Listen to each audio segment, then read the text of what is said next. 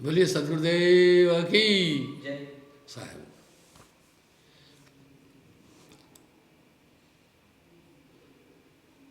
यह संसार काल को देशा, बिना नाम नहीं कटे कलेशा। हम धर्म के खिलाफ नहीं है। एक बात मैं कई बार बोल चुका हूं, जिसने विस्तृत व्याख्या जीवन पद्धति की, पाप पुण्य की, कर्मवाद की, भौतिकवाद की वेदों में है, कहीं भी नहीं है। पर वेद निरंजन तक जाता है, बस यहां अंतर है संतत्व की धारा में। इसलिए साहब एक बात कह रहे हैं, को कहे वेद झूठा, सो झूठा जो वेद न विचार। पूरी उत्पत्ति की कथा है, उसमें उससे मिलान होता है। साहब भी वैसा ही कहे। ब्रह्मा जी के दो पुत्र हुए, अत्रि और दक्ष। आज भी काफी लोग अपना गोत्र अत्रि लिखते हैं।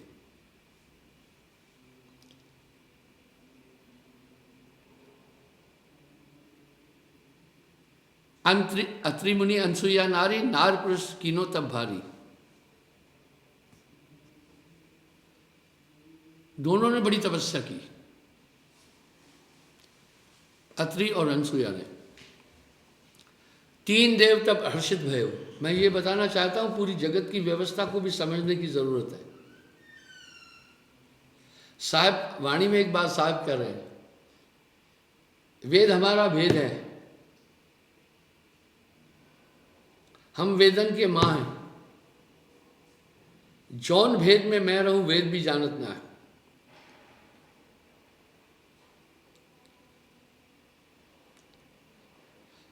तीन देव तब हर्षित भयो, ब्रह्मा विष्णु शंभु जीव कहे, ताके भवन कौन तिनकी ना।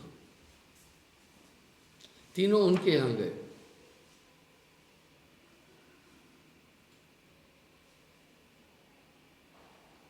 आदर मान की ऋषि ने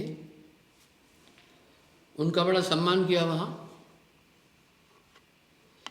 अनसुईया पुनकीन रसोई, तीनों देव ज्यावत हुई। तीनों देवताओं को भोजन खिलाया। भय प्रसन्न तब तीनों देवा, मांगो वर पूर्ण तब सेवा। उन्होंने कहा भाई वरदान मांगो। दरअसल जो उपासना पद्धति ऋषि मुनियों की है, इसमें विष्णु जी के बहुत अवतार हैं, इसमें शिव के अवतार हैं, ब्रह्मा के पुत्र और अवतार हैं, इसलिए उनको ये मान्यता दी गई थी। ठीक है, लेकिन गण, गंधर्व, ऋषि, मुनि और देवा सब मिलकर हैं निरंजन सेवा।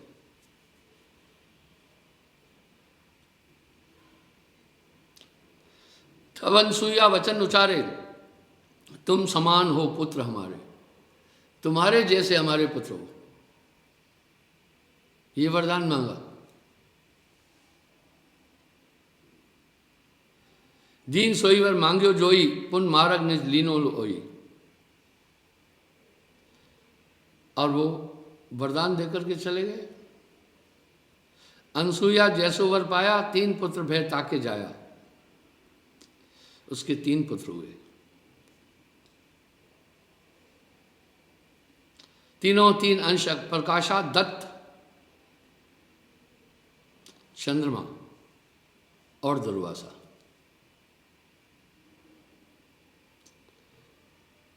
ये तीनों देवताओं के अवतार हैं। उन्होंने अवतार लिया इनके यहां। दत्त विष्णु अवतार कहा है। दत्त विष्णु के अवतार थे, इसलिए वो योगेश्वरों में भी गिने जाते हैं। दत्तात्रेय।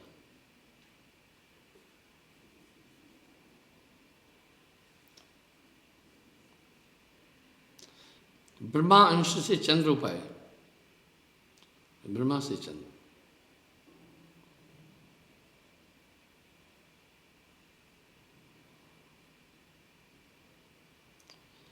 शिव अवतार कहे दुर्वासा। ऋषि दुर्वासा शिव थे। अनसुईया ने यही वरदान मांगा था, इसलिए उनका एक महात्म था। ये 3 लोक के तो अधिकारी हैं, पर साहब कह रहे हैं 3 लोक में यम का राज, चौथे लोक में नाम निर्माण।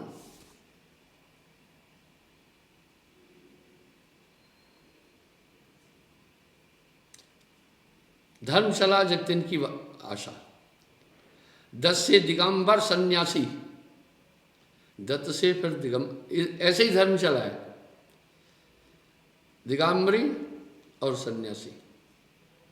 अवधूत मार्ग जो भाकी, अवधूत मत, ब्रह्मांश से चंद्र पाए जो निज भवन आकाश बनाए। दुर्वासा से दंडी भैरू, भैरू दंडी आज ताहन को कहो, इस तरह दंडी दुर्वासा से हुए। दत्तात्रेय के 24 चेले धर्म कर्म संन्यास गहेले, और दत्तात्रेय के 24 शिष्य हुए, वो फिर बागडोर संभाले हैं। ये पूरे जगत की व्यवस्था इस तरह निरंजन के हाथ में है।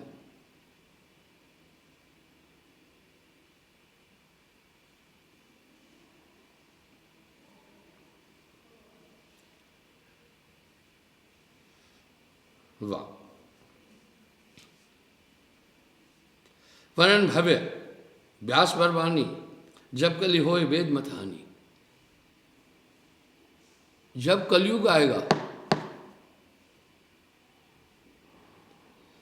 तो वेद लुप्त होंगे, वेद की हानि होगी। क्यों होगी वो भी सुने।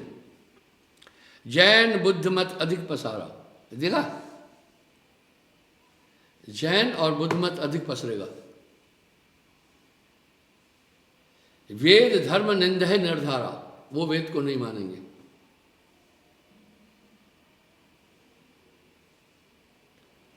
जैन बुद्ध विद नरलोई, गहे नरलोई, वेद धर्म माने नहीं कोई, वैदिक धर्म लुप्त होने लगेगा।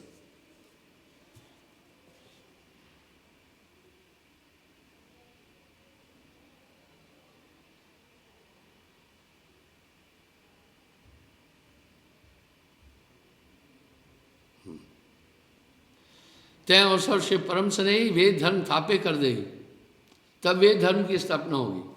जैसो आगम व्यास बखाने, जैन बुद्ध मत मही अधिकाने। वेद धर्म तब भयो मलिना, बिरला कोई आदर दीना।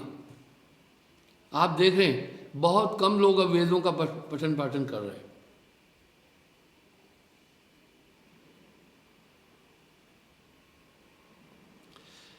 विक्रमादित्य के समय में कहूँ शंकर शंकराचार्य भयऊ, शंकराचार्य शिव के रूप थे।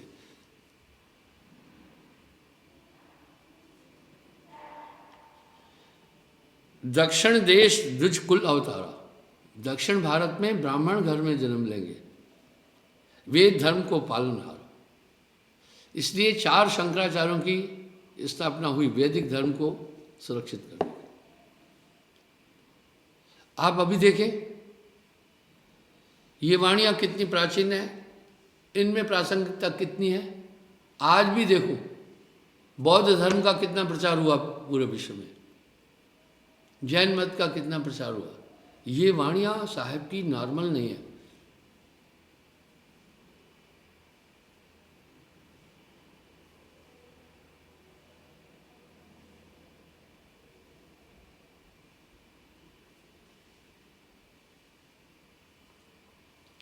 बहुत कम लोग हैं हमारे धर्म में जो वेदों का अध्ययन किए हैं, वेद की ऋचाएँ आदि या वैदिक मंत्र या वेद को समझना कम लोग हैं। चंद्रस जाए विजय दिक्कीना, कथ निज ज्ञान नीत जगलीना।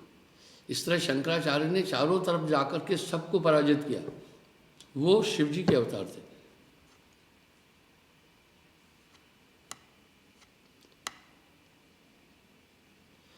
स्मृति धर्म वेद धर्म मर्याद धराया, मांदी सम्मुख तास पराया। स्मृति धर्म कीन प्रचारा, धर्म स्मृति नाम सुधारा। वेद और स्मृति इस तरह वेदों का प्रचलन फिर उन्होंने आकर के स्थापित करने की कोशिश की।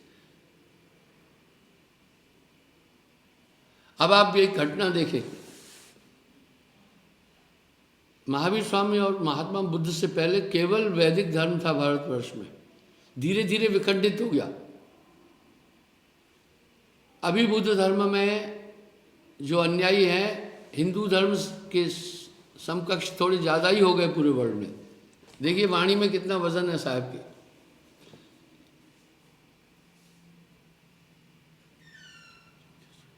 जैन बौद्ध को जीत्यो सोई, राजा शंकर की वश होई।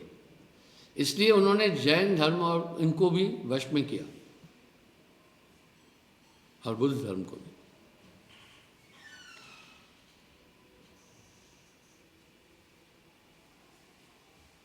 त्या असर भोपाल शुभाया जेते जैनी सरित डुबाया। मंडन मिश्र ब्रह्मा अवतारा। जो मंडन मिश्र था वो ब्रह्मा का अवतार है, बड़ा ज्ञानी था। धर्म मीमांसा जग विस्तारा। ये मीमांसा का स्थापना की थी मंडन मिश्र ने।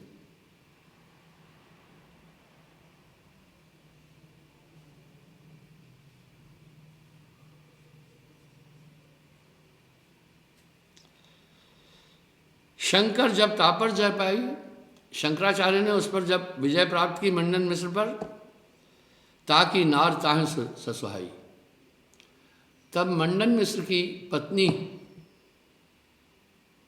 वो उठी।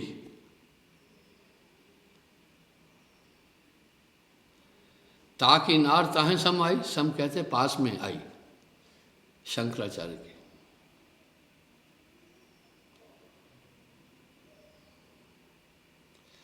मंडन मिश्र गए जब हारी, काम शास्त्र का ताकी नारी। वह मंडन मिश्र की पत्नी ने काम शास्त्र पर शंकराचार्य को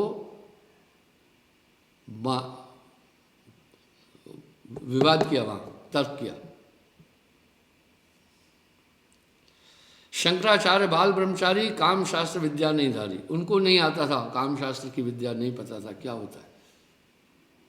इसी काम शास्त्र पर ऋषि मुनियों ने 42 ग्रंथ लिखे, क्योंकि ये पूरी मैथुन सृष्टि कहलाती है। ये पूरा संसार मैथुन सृष्टि है, शब्द सृष्टि नहीं है। नर और नारी के योग से ही संपूर्ण विश्व चलता है। इसलिए कुछ समय पहले काम शास्त्र पर स्कूलों में एजुकेशन देना प्रारंभ किया था। बाद में थोड़े बच्चे दूसरी साइड चलने लगे, इसके कारण से फिर बंद कर दिया गया। पहले ऋषि मुनि अपने शिष्यों को काम सूत्र का ज्ञान देते थे।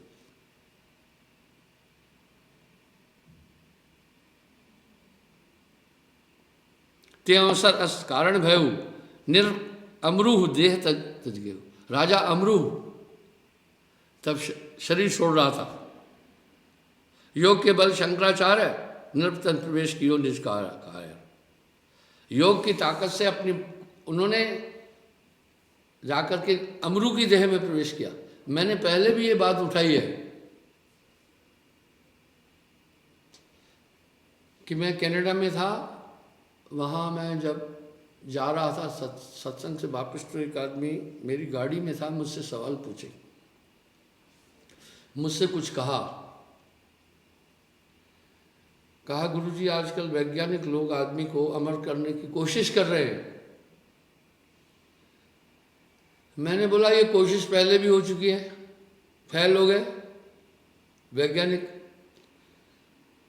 उन्होंने कोशिकाओं को मजबूत किया कि ये टूटे ही नहीं, आदमी युवा रहेगा, सिस्टम ठीक रहेगा। बड़े खुश हुए, लेकिन 5 साल बाद उनमें से 80% लोगों को कैंसर हो गया। तो वैज्ञानिक लोग डर गए। उन्होंने कहा ना, ये प्रकृति की जो संरचना है इसके अनुसार स्नायुमंडल, ये कोशिकाएं टूटे फिर नहीं बने, टूटे और नहीं बने, इनको अगर स्थिर किया गया तो इनमें विकार आ जाएंगे। तो वो पीछे हट गए। लेकिन वैज्ञानिक बड़े लंबे समय से इस प्रयोग में लगे हुए हैं। आजकल उन्होंने एक पद्धति निकाली, मुझे उस व्यक्ति ने बोला बोला गुरुजी वो मरने के बाद 7 से 8 मिनट तक ब्रेन एक्टिव रहता है। सही बात है। आपको शंका है तो जो आदमी सडनली मर रहा हो, जैसे मर गया, पूरे शरीर को देखना बिल्कुल ठंडा होगा। ठंडा क्यों होगा? इसकी वजह है हमारे शरीर में 90% पानी है। जब इसमें से पवन निकल गई तो पवन के साथ हीट भी गई, तो बाकी पानी बचा। जैसे घड़े में पानी ठंडा रहता है तो देह ठंडी हो जाती है, इसलिए शरीर ठंडा हो जाता है। लेकिन आप हाथ लगा कर देखना, ब्रेन गर्म रहेगा थोड़ी देर। तो कहा 7 से 8 मिनट तक ब्रेन जीवित रहता है। तब वैज्ञानिक लोग उसके ब्रेन से पूरी मेमोरी निकाल देंगे। 7 से 8 मिनट के अंदर ये काम होना चाहिए, नहीं तो ब्रेन भी ऑफ होगा, फिर मेमोरी खत्म हो जाएगी। फिर इस मेमोरी को वो कलेक्ट करके रखते हैं, सेव करते हैं। उदाहरण के लिए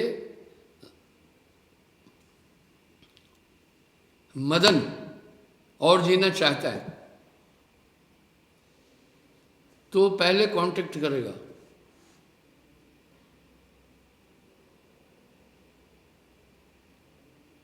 किसी व्यक्ति से, दीपक से मदन कांटेक्ट करेगा कि भाई मुझे तुम्हारी बॉडी चाहिए किराए पर, तुमको जो धन चाहिए दे। और ये धंधा चल रहा है अभी भी।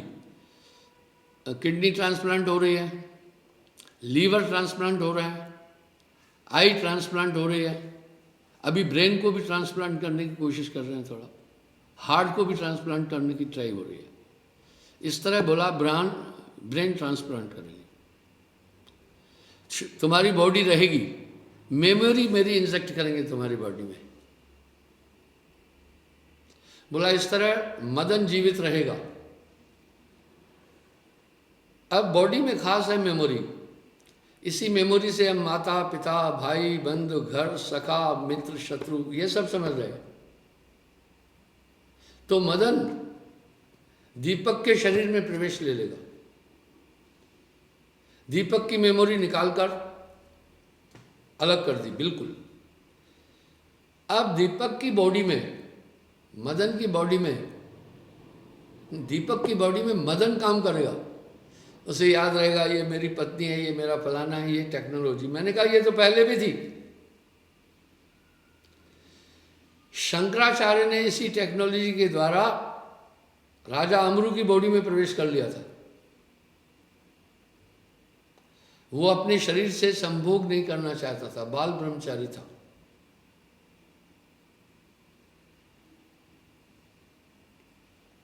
और उस शरीर में 6 माह रहा। कह रहे नृपतन तज,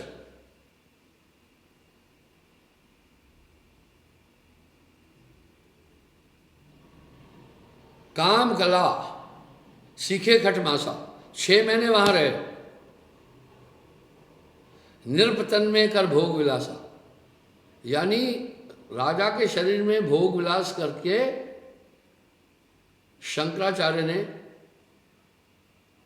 वहां काम कला सीखी और जानी। बाद में राजा अमरू की पत्नी समझ गई थी। पुराने ज़माने में ये चीज़ें थी, हम बहुत एडवांस थे योग से। इसलिए भारत संसार का आध्यात्मिक गुरु है। ये ऐसे ही नहीं है इसमें तर्क है, इसमें वजह है, पर सिर्फ ऐसे ही कह देते हैं। वजह ये पूरे जीवन को भारत ने जीवन पद्धति दी, रिश्ते नाते समझाए, ईश्वरवाद का संदेश पहले दिया। अब बाद में राजा अमरू की पत्नी जान गई। उन्होंने कहा तुम ये बताओ, तुम मेरे पति अमरू नहीं लग रहे हो। उनका व्यवहार, चरित्र, आचरण ऐसा नहीं था जैसा तुम्हारा है। तुम जो काम सूत्र पर जो नए एक्सपीरियंस कर रहे हो, मेरे पति ने ऐसा कभी नहीं किया था। तुम दक्ष हो, कौन हो, प्रेत हो, देव हो, सत्य बताओ। तब शंकराचार्य ने कहा, हे देवी, मैं तुमसे क्षमा मांगता हूँ, मैं शंकराचार्य हूँ। इस तरह मंडन मिश्र की पत्नी से मैं काम सूत्र पर पराजित हुआ था। उसका ज्ञान लेने के लिए मैं इस देही में आया। मैं अपने उस शरीर से संभोग नहीं करना चाहता था, मेरा ब्रह्मचर्य टूट जाना था, इसलिए मैं क्षमा चाहता हूँ। ये प्रमाण शास्त्रों में मिलते हैं। पुस्तकों का अध्ययन करने वाला आदमी बुद्धिमान होता है। हम धर्मशास्त्रों के खिलाफ है ही नहीं, किसी भी धर्मशास्त्र के खिलाफ नहीं। दुनिया के जितने धर्म प्रचलित हैं सबके धर्मशास्त्र पढ़े मैंने, बाइबल पढ़ा, महात्मा बुद्ध का अष्टांग योग पढ़ा, और दयानंद सरस्वती जी का सत्यार्थ प्रकाश पढ़ा, वेद पढ़े, पुराण पढ़े, मुसलमानों का कुरान शरीफ पढ़ा, गुरु ग्रंथ साहब का अध्ययन किया, ये जानने के लिए कि आखिर इनकी पद्धति परमात्मवाद के बारे में क्या बोलती है। बाकी ताकि मुझे तो सबको उस दिशा की तरफ ले चलना था। जैनियों का जैन मत पढ़ा, उनके दिगंबरों के विषय में, उनकी पूरी चीज़ों के विषय में अध्ययन किया। कभी कभी वो प्रसंग में सत्संग में भी उठाता हूँ।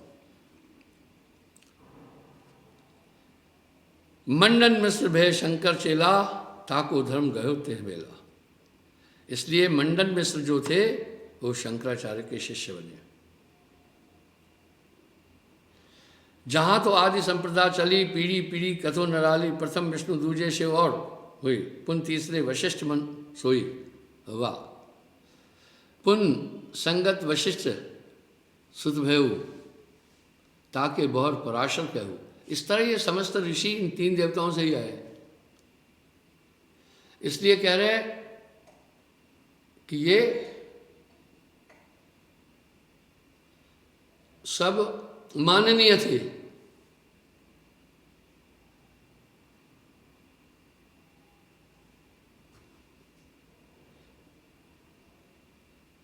छठे व्यासदेव गुरु खानी, सतवें मुनि सुखदेव बखानी। इस तरह ये सभी अष्टम गोंडाचार्य का है, पुन गोविंद पुन शंकर हुई। इस तरह आठवें गोविंदाचार्य गोंडाचार्य जी, और फिर गोविंदाचार्य और पुनः शंकर। अब शंकराचार्य के शिष्यों का नाम सुने। प्रथम स्वरूपाचार्य कहा, पृथ्वीधरा शर रटेर, पद्याचरण तीसरे कोट चारक फेर। अब ये सभी चारों दिशाओं में स्थापित किया शंकराचार्य मठ, आदि शंकराचार्य मठ। शंकराचार्य के शिष्य तीर्थ आश्रम जान, पद्याचार्य के दोई वन आरण्य वखान, कोटाचार्य के पर्वतों सागर गिरी शिस्तीन, पृथाचार्य के सरस्वती भर्तरी पुन प्रवीण। ये शंकरी संप्रदाय हुई। चारों वेदों को रखकर पूरब पश्चिम उत्तर दक्षिण चारों दिशा चार मठ कीना। इसलिए चार शंकराचार्य, उत्तर दक्षिण पूरब पश्चिम, धर्म की एक तरह से बाउंड्री बनाई।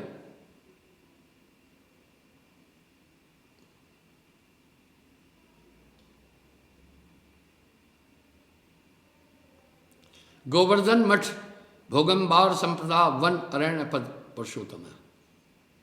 क्षेत्र जगन्नाथ देवता पदाचार्य चैतन्य ब्रह्मचारी तीर्थ महोदय, विमला देवी एत्रेण ब्राह्मण ऋग्वेद कंठ वेद उपनिषद आकार मात्र विज्ञान ब्रह्म महावाक्य। ये पूरब में। पश्चिम दिशा शारदा मठ कीटम बार संप्रदाय तीर्थ द्वारका क्षेत्र, सिद्धेश्वर देवता भद्रकाली देवी स्वरूपाचार्य नंदा ब्रह्मचारी। इस तरह पश्चिम में शारदा मठ।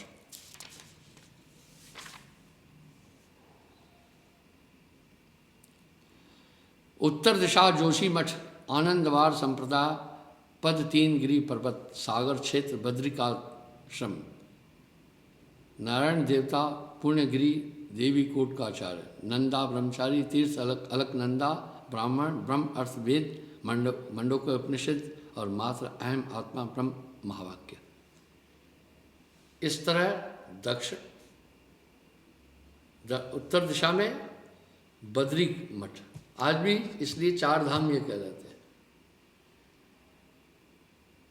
दक्षिण में दक्षिण दिशा श्रृंगेरी मठ, भूरीवाद संप्रदाय सरस्वती भरतपुरी, भूरीवाद संप्रदाय के प्रधानी क्षेत्र रामेश्वरम आदि, वराह देवता कामाक्षी देवी, इसलिए वह कामाख्या टेम्पल भी वहाँ है। श्रृंगेरी ऋषि वाह, इच्छावश अहम ब्रह्मस्मि महावाक्य धर्मात्रा है। सकल कर्म को छोड़ के जो लेवे संन्यास, स्वर्ग आदि सब सुख घने रहे न कोई आस। सुत बित नार ईर्षा तीनों, तज संन्यास धर्म निज लीनो। यज्ञ वेद पाठ नहीं भाखा, संग्रह सदा उपनिषद राखा। करे कमंडल हाथ में दंडा, फिर स्वच्छंद प्रति नौकंडा। कछ मुख साजन यकटे धरे, काहू के विवाद न करे।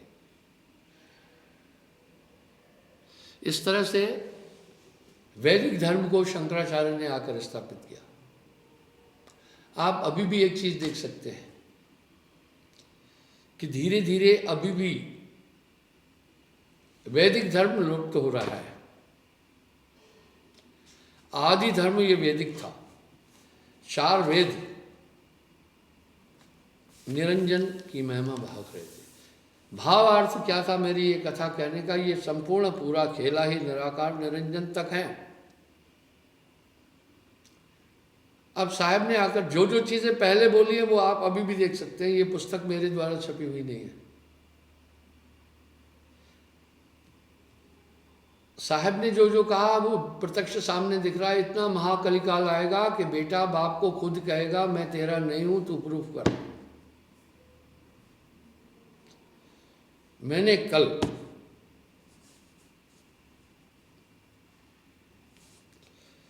एक इंजीनियर लड़का था पांडे जी का, उससे थोड़ी बातचीत हुई। मैंने पूछा शादी के लिए, मैंने कहा कोई फ्रेंड फ्रूट नहीं बनाना? बोला ना गुरुजी। मैंने कहा जो माँ बाप जहाँ सेवा शादी करें वहीं करना, क्योंकि आजकल बच्चे लोग भटकते हैं, तलाक ज़्यादा हो रहे हैं और प्राचीन काल में ये पद्धति नहीं थी। जो अरेंज मैरिज हैं वो बड़ी सक्सेस हैं, लव मैरिज 90% फेल हो जाती है। मैंने कहा माता पिता की आज्ञा के अनुसार शादी करना। माता पिता काफ़ी गहराई में जाते हैं, गोत्र देखते हैं, वंश देखते हैं, पूरा परिवार समझते हैं। वंश क्यों देख रहे हैं? जिस गोत्र से आया उसके गुण उसमें होंगे।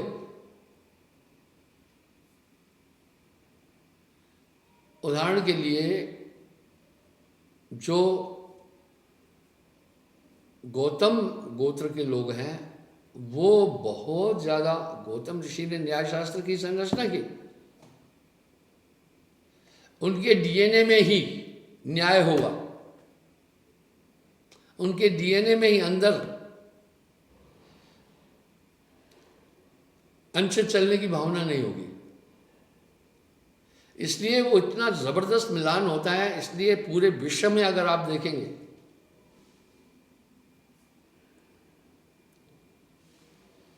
जो सोशल सामाजिक जीवन है भारत का सबसे ऊंचा है, सबसे साफ है।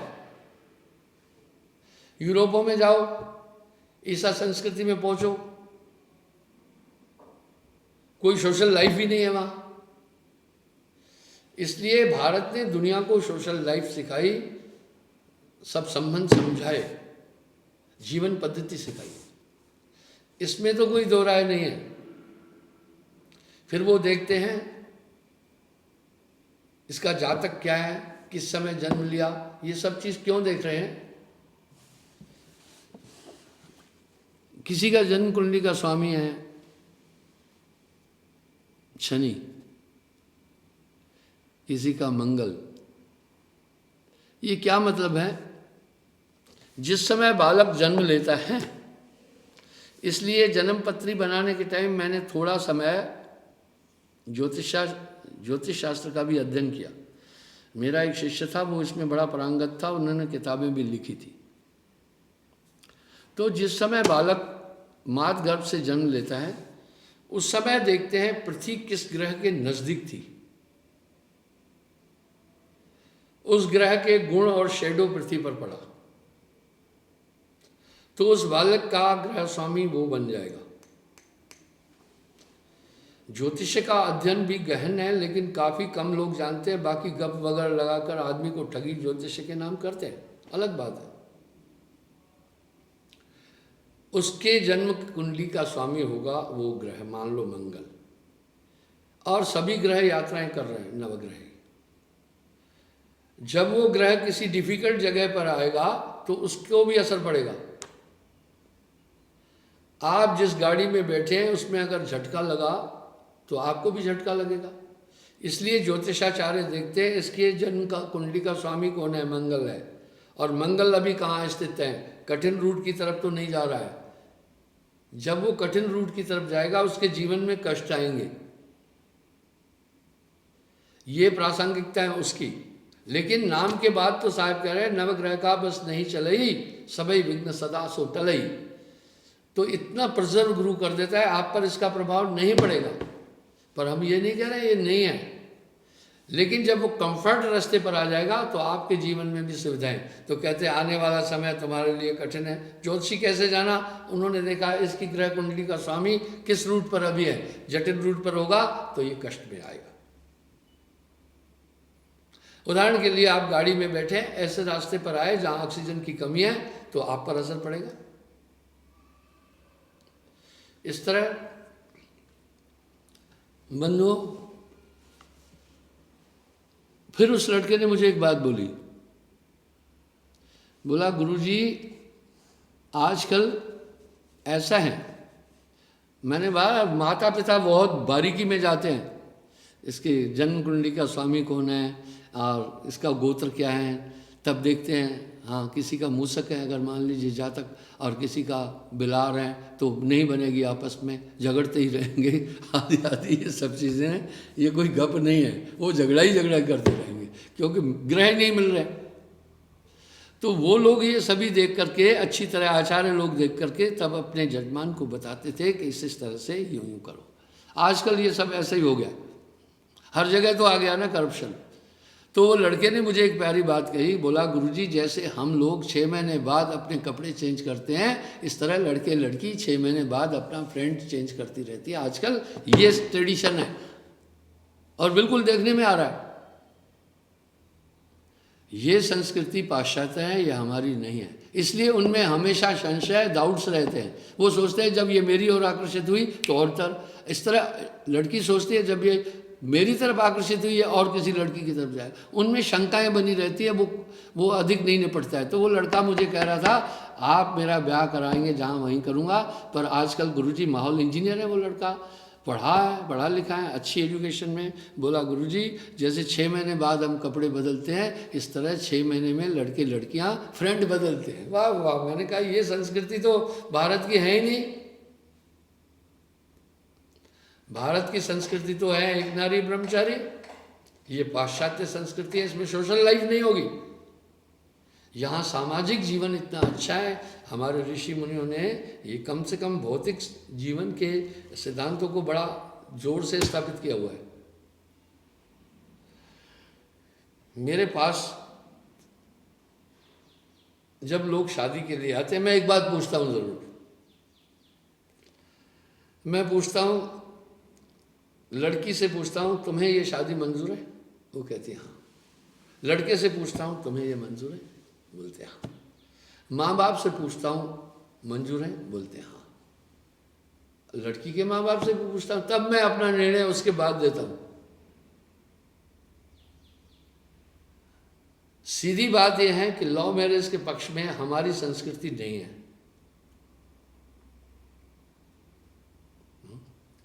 शादियां तो 8 प्रकार की होती है। तो इस प्रकार से वो आकर शंकराचार्य जी ने एक धर्म स्थापना की आकर चारों दिशाओं में 4 मठ स्थापित किए। इनका एक महात्म है, पर यहाँ हम ये नहीं कह रहे कि यहाँ कुछ भी नहीं है, नहीं। जब वो एक गुरु धारण करता है, पूरी अध्यात्मिक शक्तियों का स्रोत होता है गुरु, उसको वो सब कुछ मिल जाता है। इसलिए साहिब वाणी में क्या करें, कोटिन तीरथ, दोनों पहलुओं को अच्छी तरह समझना है, निष्पक्ष बात करनी है। कबरा खड़ा बाजार में, सबकी मांगे खैर, ना काहू से दोस्ती ना काहू से प्यार। तो कोटिन तीरथ ब्रह्म ब्रह्म आवे, सोफल गुरु के चरणन पाए। साहब कोई नॉर्मल नहीं थे, काशी का सबसे बड़ा पंडित और वेदाचारी विद्वान सर्वदानंद था। सर्वदानंद साहब से शिक्षा ले लिया। बड़े बड़े धुरंधरों को साहब ने दीक्षा दी है, क्योंकि साहब तो साहब ही थे ना। इस तरह से आकर के आप धीरे धीरे देखें, जो साहब बोल रहे हैं वैदिक धर्म लुप्त हुआ। इसलिए ठीक है, अभी भी कुछ ऐसे धर्मिष्ठ लोग हैं जो जाते हैं, यात्राओं में जाते हैं, कहीं बद्रीनाथ जाते हैं, कहीं श्रृंगेरी मठ जाते हैं, कहीं जगन्नाथपुरी जाते हैं, कहीं शारदा पीठ जाते हैं, वो जाते हैं, 4 धाम करते हैं। तो ठीक है, इसमें वो फल और पुण्य तो हैं, लेकिन परम धाम मिल नहीं सकता मोक्ष। नाम बिना मुक्त नहीं होई, कोटिन भांत करे जो को। इसलिए साहब ने आकर एक स्थापना की संसार में, संतत्व की धारा का, चौथे लोक का जिक्र किया। हमें सभी धर्मों को ठीक से समझने की ज़रूरत है। जब हम समझ जाएंगे तो आलोचना प्रत्यालोचना नहीं कहेंगे हम। लेकिन यहाँ एक विडंबना है, कुछ लोगों ने व्याख्या करते समय अपने अपने सिद्धांत धर्मशास्त्रों में, धर्मशास्त्रों को दूषित कर दिया, अपने तरीके की व्याख्या कर दी। मैं उदाहरण देता हूँ, जैसे एक शब्द है क्षुद्र,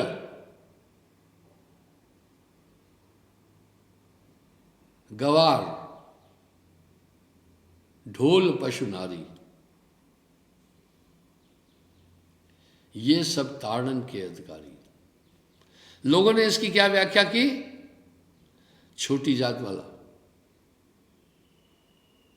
ढोल, पशु और नारी, ये चारों को मारो। क्या गोस्वामी जी ऐसा बोल सकते हैं? नहीं। यहां क्या था पता, ताड़ना कहते हैं डांटने को। ये सब ताड़न के अधिकारी, मारन के अधिकारी नहीं बोला उन्होंने। मारन की जगह, ताड़न की जगह मारन लिख दिया। ताड़ना देना, डांटना, फटकारना, समझाना। अब उन्होंने कहा छोटी जात वाला, नारी, पशु,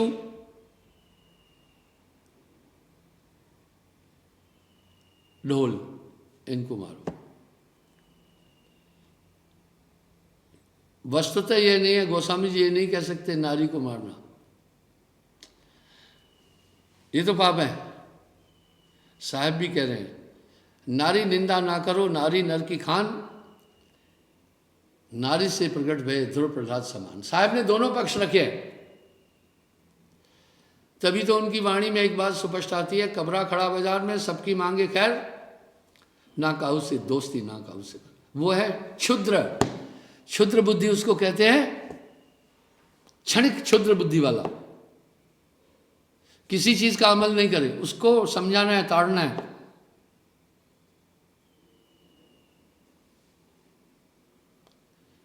अब पशु को मारने नहीं बोला, 4 पशु हैं, सुनिए, वेद पशु, नार पशु। भाई वेद पशु कौन है? सिर्फ वेद को रट रहा है, उस पर चल नहीं रहा है, उसको वेद पशु कह दिया। वाह, नार पशु। अब नार पशु किसको कहते हैं? काम वासना के अधीन होकर सिर्फ नारी के कहने पर विचार न करे, अचित उचित अनुचित इसको त्याग कर माँ बाप को भी मारे कूटे, उसको पशु कहा।